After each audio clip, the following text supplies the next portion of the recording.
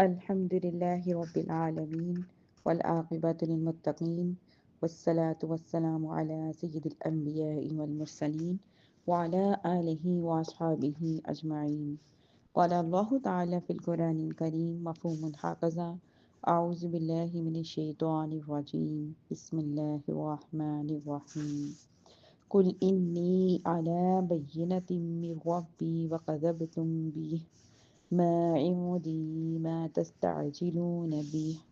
إن الحكم إلا لله يقص الحق وهو خير الفاصلين. قل لو أن عندي ما تستعجلون به لقضي الأمر بيني وبينكم والله أعلم بالظالمين. ترجمہ مفہوم سماعت فرمائیے: تم فرماؤ میں تو اپنے رب کی طرف سے روشن دلیل پر ہوں، اور تم نے اسے جھٹلایا ہے۔ جس عذاب کے آنے کی تم جلدی مچا رہے ہو وہ میرے پاس نہیں ہے، حکم صرف اللہ ہی کا ہے، وہ حق بیان فرماتا ہے اور وہ سب سے بہتر فیصلہ کرنے والا ہے۔ تم فرماؤ اگر وہ عذاب میرے پاس ہوتا جس کی تم جلدی مچا رہے ہو تو میرے اور تمہارے درمیان معاملہ ختم ہو چکا ہوتا، اور اللہ ظالموں کو خوب جانتا ہے۔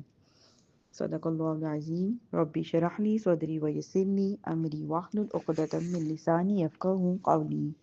ربی زدنی علما ربی زدنی علما ربی زدنی علما۔ اللہم افتح علینا حکمتک وانشر علینا رحمتک یا ذا الجلال والاکرام۔ سبحانک لا علم لنا الا ما علمتنا انک انت علیم حکیم۔ نہایت ہی کامل احترام میری پیاری اور دینی بہنوں، السلام علیکم ورحمۃ اللہ وبرکاتہ۔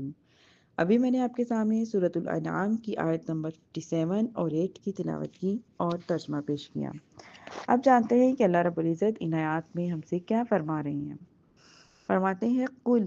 تم فرماؤ، یعنی اے حبیب صلی اللہ علیہ وسلم آپ فرمائیں کہ میں تو اپنے رب عز و جل کی طرف سے روشن دلیل پر ہوں اور مجھے اس کی معرفت حاصل ہے، اور میں جانتا ہوں کہ اس کے سوا کوئی بھی مستحق عبادت نہیں ہے، جبکہ تم اس کے ساتھ اوروں کو شریک کر کے اسے جھٹلاتے ہو۔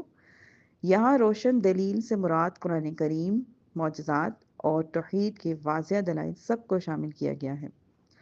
پھر اس آیت میں کیا فرمایا گیا؟ ما عندی ما تستعجلون بھی،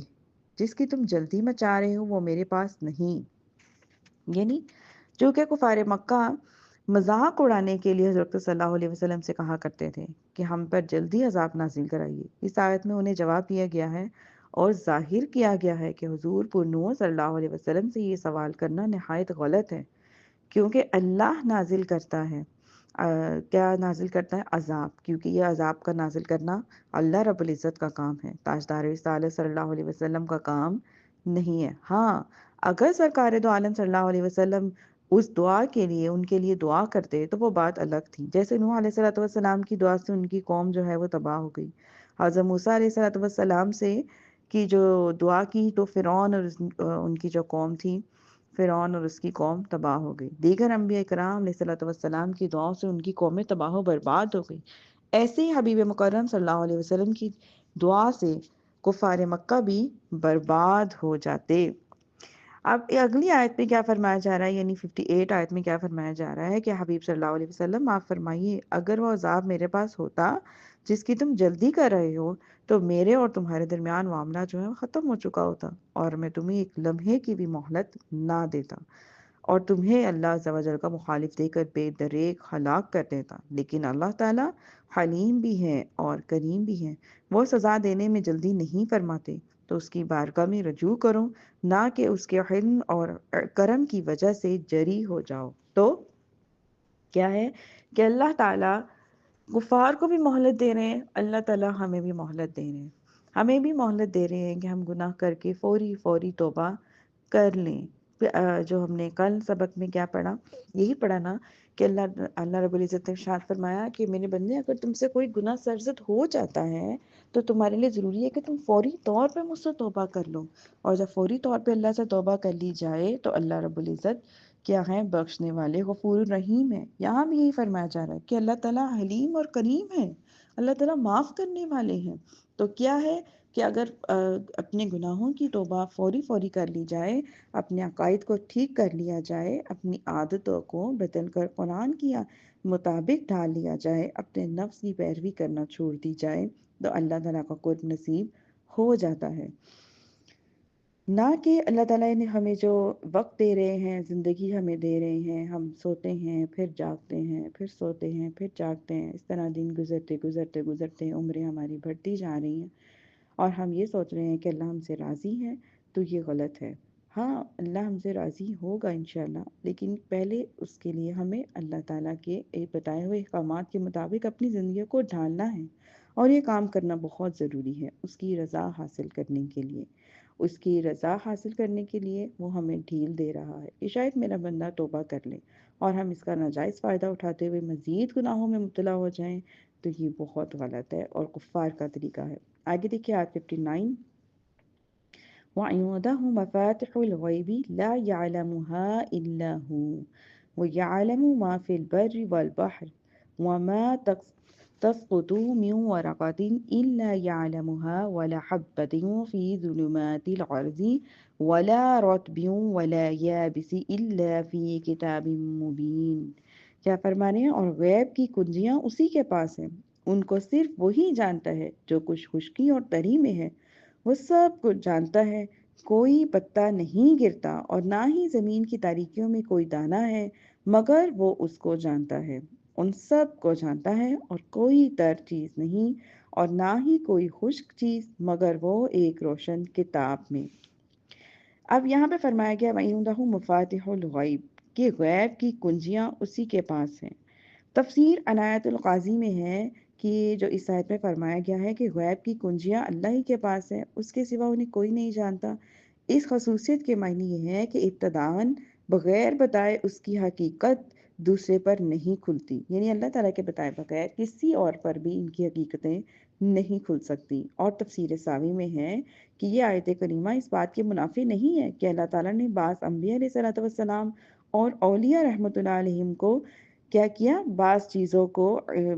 کا جو علم غیب عطا فرمایا، جیسے کہ اللہ پاک نے ارشاد فرمایا سورۃ الانعام میں آیت نمبر 26 میں ہم نے کیا پڑھا، فرماتے ہیں عالم الغیب ولا یظہر علی غیبہ احدا الا لمن ارتضی من رسول کیا ہے کہ غیب کے جاننے والا تو اپنی غیب پر کسی کو مسلط نہیں کرتا سوائے اپنے پسندیدہ رسولوں کے، کہ اللہ تعالیٰ جس پر چاہتا ہے صرف اسے غیب کی خبر دیتا ہے، اور یہ اللہ کی چاہت پر ڈیپینڈ کرتا ہے۔ اور کوئی بھی اس دنیا میں چیز نہیں ہے جو اللہ کی نگاہ سے جو ہے چھپی ہوئی ہو، خواہ کالا پہاڑ ہو، اندھیری رات ہو، اس میں چلنے والی کالی چونٹی ہو، رب تعالیٰ کی نگاہ اس کو دیکھنے پر بھی قادر ہے، اسی کو تو رب کہتے ہیں جو ہر چیز پر قادر ہو۔ آگے دیکھیے آیت 60، وَهُوَ الَّذِي يَتَوَفَّاكُم بِاللَّيْلِ وَيَعْلَمُ مَا جَرَحْتُم بِالنَّهَارِ ثُمَّ يَبْعَثُكُم فِيهِ لَيُقْضَىٰ أَجَلٌ مُّسَمًّى ثم إليه مرجعكم ثم ينبئكم بما كنتم تعملون۔ کیا فرما رہے ہیں؟ اور وہی ہے جو رات کو تمہاری روحیں قبض کر لیتا ہے اور جو کچھ تم دن میں کماتے ہو اسے جانتا ہے، پھر تمہیں دن کے وقت اٹھاتا ہے تاکہ مقررہ مدت پوری ہو جائے، پھر اسی کی طرف تمہارا لوٹنا ہے، پھر وہ بتائے گا جو کچھ تم کرتے ہو۔ پہلی آیت مبارکہ میں ہم نے اللہ تعالیٰ کا علم کمال یعنی کہ کمال علم کا بیان پڑھا۔ اب اس آیت میں اللہ تعالیٰ کی کمال قدرت کا بیان کیا جا رہا ہے۔ فرمایا جاتا ہے، ارشاد فرمایا جاتا ہے وہی اللہ عز و جل ہے جو رات کے وقت تمہاری روحوں کو قبض کر لیتا ہے اور تمہاری قوت احساس کو زائل کر کے تمہیں میت کی طرح کر دیتا ہے، جس سے تم پر نیند مسلط ہو جاتی ہے اور تمہارے تصرفات اپنے حال میں باقی نہیں رہتے، پھر وہ تمہیں دن کے وقت اٹھاتا ہے تاکہ تمہاری زندگی کے مقررہ مدت جو ہے وہ پوری ہو جائے اور تم اپنی عمر کے انتہائی حصے کو پہنچ جاؤ، پھر مرنے کے بعد آخرت میں اسی کی طرف تمہارا لوٹنا ہے، پھر وہ تمہیں ان اعمال کی جزا دے گا جو تم دن اور رات میں کیا کرتے تھے۔ آپ نے تو اکثر دیکھا ہوگا، نوٹ بھی کیا ہوگا، جب ہم رات کو سوتے ہیں ہمیں کچھ پتہ ہی نہیں ہوتا، ہمیں کچھ بھی نہیں پتا، اکثر لوگ اتنی گہری نیند سو جاتے ہیں کہ جتنا مرضی شور ہو اور لائٹیں چل رہی ہوں ان کو کچھ خبر نہیں ہوتی، اور جب وہ جاگ رہے ہوتے ہیں تو ہلکی سی آہٹ بھی سنائی دیتی ہے۔ تو یہی معاملہ ہے کہ اللہ پاک کہ ہماری نیند میں ہماری جو روحوں کو قبض کر لیتے ہیں، پھر ان روحوں کو واپس بھیج دیتے ہیں۔ جب ہم اٹھتے ہیں تو پھر کیا ہوتا ہے کہ ہم چلنے پھرنے لگتے ہیں، فریش ہو جاتے ہیں، اور جب ہم سوتے ہیں تو پھر ہم بالکل بے خبر سو جاتے ہیں۔ اب جیسے کہ آج کل بارشیں ہو رہی ہیں، رات کو اکثر بارش ہو جاتی ہے، سم ٹائم لوگوں کو پتہ چلتا ہے، سم ٹائم دنیا سو رہی ہوتی ہے، اور کیا ہے کہ پتہ ہی نہیں ہوتا باہر کیا ہو رہا ہے کیا نہیں ہو رہا، بالکل ایسے انسان بے خبر ہوتا ہے۔ جب صبح سو کے اٹھتے ہیں تو یقین ہی نہیں آتا، اچھا ہم اتنی دیر سے سو رہے تھے، 5-6 گھنٹے ہو گئے یا 8-10 گھنٹے ہو گئے ہیں۔ جو زیادہ سوتے ہیں ان کو بھی نہیں ہوتا، ایسے لگتا ہے ابھی تو سوئے تھے اور ساتھ اٹھ گئے۔ دورانیہ جو پہلے سونے سے لے کے اٹھنے تک کا جو دورانیہ ہے، انسان کو بالکل بھی یاد نہیں ہوتا، ایون کہ کوئی خواب بھی اگر آ جائے تو وہ خواب کا بھی تھوڑا سا حصہ انسان کو یاد رہتا ہے، یعنی کہ تھوڑی دیر کی جو خواب ہوتی ہے وہ بھی بڑی مشکل انسان کو یاد رہتی ہے، اور باقی کا پورا جو ہوتا ہے وہ انسان بالکل بھولا ہوتا ہے۔ تو کیا ہے کہ اس آیت مبارکہ میں پہلے نیند مسلط کرنے اور اس کے بعد بیدار کرنے کا بیان ہے۔ اس میں قیامت قائم ہونے اور مرنے کے بعد دوبارہ زندہ کیے جانے پر واضح دلیل ہے کہ جو اللہ عز و جل اس پر قادر ہے کہ روز مرہ سونے کے بعد اس کی طرف موت تم پر وارد کرتا ہے۔ ایک طرح کی موت اللہ تعالیٰ جو ہے وہ وارد کر دیتے ہیں، جس سے تمام حواس اور ظاہری افعال جیسے دیکھنا، سننا، بولنا، چلنا پھرنا، پکڑنا وغیرہ سب معطل ہو جاتے ہیں۔ اس کے بعد پھر بیداری کے وقت وہی رب عز و جل تمام اعضاء کو ان کے تصرفات عطا کرتا ہے، پھر دیکھنا، بولنا، چلنا پھرنا، سننا وغیرہ ہر چیز انسان شروع کر دیتا ہے۔ تو وہ رب عز و جل مخلوق کو ان کی حقیقی موت کے بعد زندگانی کے تصرفات ادا کرنے پر بھی قادر ہے۔ یہ اللہ ہی ہے۔ خدا نہ خواستہ اگر ہم سوئیں اور سوئے ہی رہ جائیں، کئی لوگ ایسے ہوتے ہیں بیچارے، اکثر واقعات میں نے سنے ہیں، کسی کو رات نیند میں ہارٹ اٹیک آ جاتا ہے، ساتھ والے بندے کو پتہ ہی نہیں ہوتا، میرا جو ساتھ میرے سو رہا ہے اس کو نہیں پتا، وہ بیچارہ دنیا سے ہی چلا گیا، بالکل ہی ختم ہو گیا ہے، کس تکلیف سے گزرا ہے۔ سم ٹائم اتنی گہری نیند ہو جاتی ہے کہ اللہ تعالیٰ کی طرف سے ہی نیند میں انسان کا اختیار نہیں، وہ رب تعالیٰ کی طرف سے ہی آتی ہے۔ اور نیند بھی ایک گفٹ ہے اللہ تعالیٰ کی طرف سے، کسی کو اچھی آتی ہے، کئی لوگ ساری ساری رات جاگتے ہیں اور دعائیں کرتے ہیں پروردگار ہمیں نیند آ جائے، کئی لوگ لیٹتے ہیں تو سو جاتے ہیں، یہ بھی اللہ تعالیٰ کی طرف سے ایک گفٹ ہے۔ لیکن گفٹ کے ساتھ ساتھ ہمارے لیے ایک نصیحت بھی ہے، ایک ہمارے لیے ہے کہ ہم اس بات پہ غور و فکر کریں کہ اللہ ہی ہے جو ہمیں یعنی کہ پیدا بھی کرتا ہے، اس کے بعد ہمیں سلاتا بھی ہے، اور سلانے کے بعد ہمیں دوبارہ زندہ بھی کرتا ہے۔ آگے دیکھیں آیت 61، وَهُوَ الْقَاهِرُ فَوْقَ عِبَادِهِ وَيُرْسِلُ عَلَيْكُمْ حَفَظًا حَتَّى إِذَا جَاءَ أَحَدُكُمُ الْمَوْتُ تَوَفَّتْهُ رُسُلُنَا وَهُمْ لَا يُفَرِّطُونَ، اور وہی اپنے بندوں پر غالب ہے تو تم پر نگہبان بھیجتا ہے، یہاں تک کہ جب تم میں کسی کو موت آتی ہے تو ہمارے فرشتے اس کی روح قبض کرتے ہیں اور وہ کوئی کوتاہی نہیں کرتے، یعنی وَهُوَ الْقَاهِرُ فَوْقَ عِبَادِهِ، اور وہی اپنے بندوں پر غالب ہے، یعنی اللہ تعالیٰ بندوں کے تمام امور میں ہر طرح سے تصرف کرنے پر قدرت رکھتا ہے، وہی عطا کرتا ہے، وہی اپنی عطا کو روکتا ہے، وہی ملاتا ہے، وہی توڑتا ہے، وہی نفع نقصان پہنچاتا ہے، وہی عزت دیتا ہے اور ذلت بھی وہی دیتا ہے، وہی زندگی موت دیتا ہے، اس کے فیصلے کو رد کرنے والا کوئی بھی نہیں ہے اور اس کے علاوہ اور کوئی جائے پناہ نہیں ہے۔ ایک اور مقام پہ سورہ یونس میں اللہ پاک کیا ارشاد فرماتے ہیں، آیت نمبر 107 میں، اور اگر اللہ تجھے کوئی تکلیف پہنچائے تو اس کے سوا کوئی تکلیف کو دور کرنے والا نہیں ہے، اور اگر تیرے ساتھ بھلائی کا ارادہ فرمائے تو اس کے فضل کو کوئی رد کرنے والا نہیں ہے، اپنے بندوں میں جس سے چاہتا ہے اپنا فضل پہنچاتا ہے اور وہی بخشنے والا مہربان ہے۔ پھر اسی صورت میں کیا فرمایا جا رہا ہے آیت میں، وَيُرْسِلُ عَلَيْكُمْ حَفَظًا، کہ تم پر نگہبان بھیجتا ہے، اس سے مراد ہے فرشتے، وہ جو بنی آدم کی نیکی اور بدی لکھتے رہتے ہیں، یعنی کہ ہماری جو دونوں شولڈر میں بیٹھے ہوتے ہیں نا فرشتے، کرامن کاتبین، انہیں کرامن کاتبین کہا جاتا ہے، ہر انسان کے ساتھ ہوتے ہیں، ایک دائیں اور ایک بائیں، اور جو دائیں والا ہوتا ہے وہ نیکیاں لکھتا ہے اور بائیں والا جو ہے وہ برائیاں لکھتا ہے۔ اب ہم سب کو چاہیے کہ ہم غور کریں اپنی بدیوں پر، نیک گناہوں پر غور و فکر کریں اور اس سے بچیں، کیونکہ ہر ایک کا عمل جو ہے وہ لکھا جاتا ہے، روز قیامت وہ نام اعمال تمام مخلوق کے سامنے پڑھا جائے گا، اور گناہ کتنی رسوائی کا سبب ہوں گے کہ اللہ تعالیٰ ہم سب کو اس چیز سے بچائے۔ اس وجہ سے جیسے کہ ہم اب اپنی کوئی بھی برائی ہو جاتی ہے سرزد، تو ہماری کوشش ہوتی ہے نا کسی ایسے بندے کے سامنے ہماری بات نہ کی جائے جس سے کہ ہماری عزت پہ فرق آئے، یا جو ہماری بہت عزت کرتا ہو، یا ہم نہیں چاہتے کہ خاندان میں یا ہماری کوئی بھی بات بہت زیادہ کھول کھول کے بیان کی جائے۔ اب تو ایون ایسا وقت آ گیا ہے، ہر بندی کوشش ہوگی کہ ہمارا نام کسی کے سامنے لیا ہی نہ جائے۔ تو روز قیامت یہ جو نام اعمال فرشتے لکھ رہے ہیں، یہ ساری دنیا کے سامنے کھول کے ان کو پڑھا جائے گا۔ امام محمد غزالی رحمۃ اللہ علیہ فرماتے ہیں کہ امام محمد غزالی رحمۃ اللہ علیہ زبان کی جو حفاظت ہے اس کے متعلق کیا فرمایا؟ حضرت عطا ابی رباح رحمۃ اللہ علیہ فرماتے ہیں،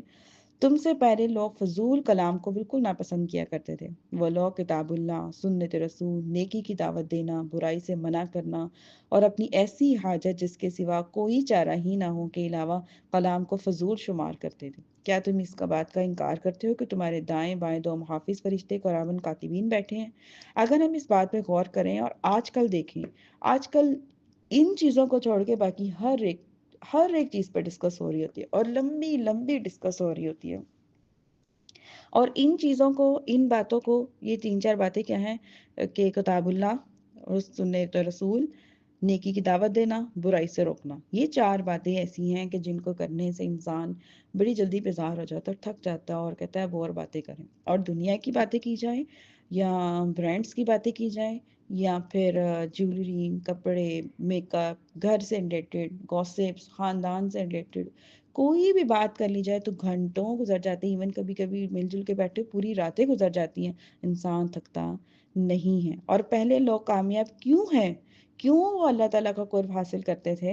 کیوں وہ اتنے نورانی ہوتے تھے؟ کیوں ان کے دل اتنے پاک صاف ہوتے تھے؟ کیوں ہم سنتے ہیں اکثر کہ وہ فلانا، ہم اپنے خاندان میں بھی سنتے ہیں فلانا ہمارا دادا یا نانا یا پردادا جو ہے وہ ولی تھا۔ کیوں تھا؟ کیونکہ انہوں نے ان چیزوں کو ویلیو دی تھی اور دنیا کی جو کلام ہے، جو فضول گوئیاں ہیں، اس سے پرہیز کیا کرتے تھے، اسی وجہ سے وہ کامیاب ہو گئے۔ سورۃ قاف میں اللہ کیا فرماتے ہیں؟ کوئی بات وہ زبان سے نہیں نکالتا کہ اس کے پاس ایک محافظ تیار نہ بیٹھا ہو۔ کیا تمہیں اس بات سے حیا نہیں آتی کہ تمہارا نام اعمال جب کھولا جائے گا تو وہ دن بھر صادر ہونے والی باتوں سے بھرا ہوا ہوگا، اور اس میں زیادہ تر وہ باتیں ہوں گی جس کا نہ تمہارے دین سے کوئی تعلق ہے نہ دنیا سے۔ ایک صحابی رضی اللہ تعالیٰ عنہ فرماتے ہیں کہ میرے ساتھ کوئی شخص بات کرتا ہے، اسے جواب دینا شدید پیاس کے وقت ٹھنڈے پانی سے زیادہ میری خواہش ہوتی ہے کہ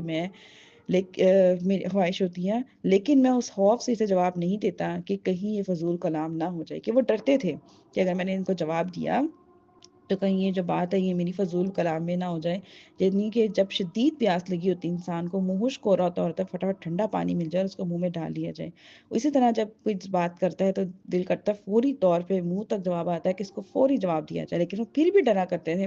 کہ نہیں بھائی فضول کلام نہ ہو جائے۔ آگے دیکھیے اس آیت میں کیا فرمایا؟ توفت ہو رسولنا، ہمارے فرشتے ان کی روح قبض کرتے ہیں۔ ان فرشتوں سے مراد یہاں تو تنہا حضرت یعنی کہ ملک الموت علیہ الصلوۃ والسلام ہے۔ اس صورت میں جمع کا صیغہ رسول تعظیم کے لیے ہے، یا حضرت ملک الموت علیہ السلام اور وہ فرشتے مراد ہیں جو ان کے مددگار ہیں۔ جب کسی کی موت کا وقت آتا ہے تو حضرت ملک الموت علیہ السلام اللہ تعالیٰ کے حکم سے اپنے مددگاروں کو اس کی روح قبض کرنے کا حکم دیتے ہیں۔ جب روح